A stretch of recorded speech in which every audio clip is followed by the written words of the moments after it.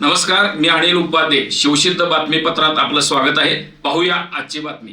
ज्ञानोबा तुकारामच्या जयघोषात आणि विठ्ठल विठ्ठल जय हरी विठ्ठलच्या अखंड नामस्मरणात महाराष्ट्राच्या कानाकोपऱ्यातून हजारो दिंड्या पंढरपूरच्या दिशेने मार्गस्थ झाल्या आहेत.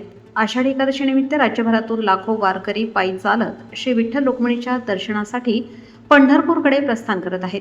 यंदाही संत ज्ञानेश्वर महाराज, संत तुकाराम महाराज, संत एकनाथ महाराज, संत निवृत्तीनाथ, संत सोपान काका, संत मुक्ताबाई तसेच विविध संतांच्या पालख्यांसोबत असंख्य नोंदणीकृत व स्थानिक दिंड्यांचा उत्स्फूर्त सहभाग आहे.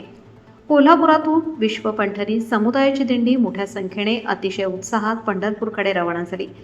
हेरले, मौजे वडगाव, नागाव, संभापूर, शिये, हुपरी, यड्राव, पड्डण कोडोली, उचगाव, पेठवडगाव, सावर्डे आदी पंचक्रोशीतूनही वारकऱ्यांच्या दिंड्या रवाना झाल्या. वारी ही केवळ धार्मिक परंपरा नसून समता, बंधुभाव, सेवा आणि भक्तीचा जिवंत संदेश देणारी महाराष्ट्राची सांस्कृतिक ओळख आहे. टाळ मृदुंगाचा निनाद, अभंग, भारुड, हरिपाठ आणि फुगड्यांनी संपूर्ण वातावरण भक्तिमय झाले आहे. मार्गावर अनेक सामाजिक संस्था, ग्रामस्थ आणि स्वयंसेवक वारकऱ्यांसाठी पिण्याचे पाणी, अन्न, वैद्यकीय सेवा आणि निवाऱ्याची व्यवस्था करत आहेत. हा प्रसिद्ध अभंग जगद्गुरू संत तुकाराम महाराजांचा आहे.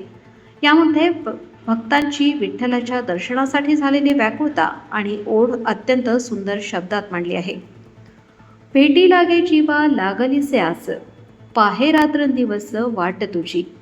पौर्णिमेचा चंद्रमा चकोरा जीवन, तैसे माझे मन वाट पाहे. दिवाळीच्या मुळा लेकी आसावली, पाहत असे वाटुली पंढरीची. भुकेलिया बाळ अतिशोक करी, वाट पाहे परी माऊलीची. तुका म्हणे मज लागलीसे भूक, धावनी श्रीमुख दावी देवा. या वचनाचा अर्थ आणि भावार्थ असा आहे की संत तुकाराम महाराज म्हणतात की हे विठ्ठला, माझ्या मनाला तुझ्या भेटीची तीव्र ओढ लागली आहे आणि मी रात्रंदिवस तुझी वाट पाहत आहे.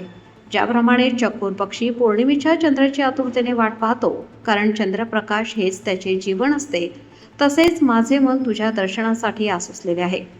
सासरी गेलेली मुलगी दिवाळीच्या सणाला माहेरचे कोणीतरी न्यायला येईल म्हणून जशी उत्सुकतेने वाट पाहते, तशीच मी पंढरीची वाट पाहत आहे. भुकेलेले लहान बाळ जसे आईची आठवण काढून रडते आणि तिचीच वाट पाहते, अगदी तशीच अवस्था माझी झाली आहे. शेवटी तुकाराम महाराज म्हणतात, हे देवा, मला तुझ्या दर्शनाची अत्यंत भूक लागली आहे. तेव्हा तू धावते आणि तुझे सुंदर मुख मला दाखव. यंदा राज्य शासन आणि एसटी महामंडळाने वारकऱ्यांच्या सोयीसाठी विशेष नियोजन केले असून हजारो विशेष बसगाड्या, आरोग्य पथके, सुरक्षा व्यवस्था आणि वाहतूक नियंत्रणाची तयारी करण्यात आली आहे.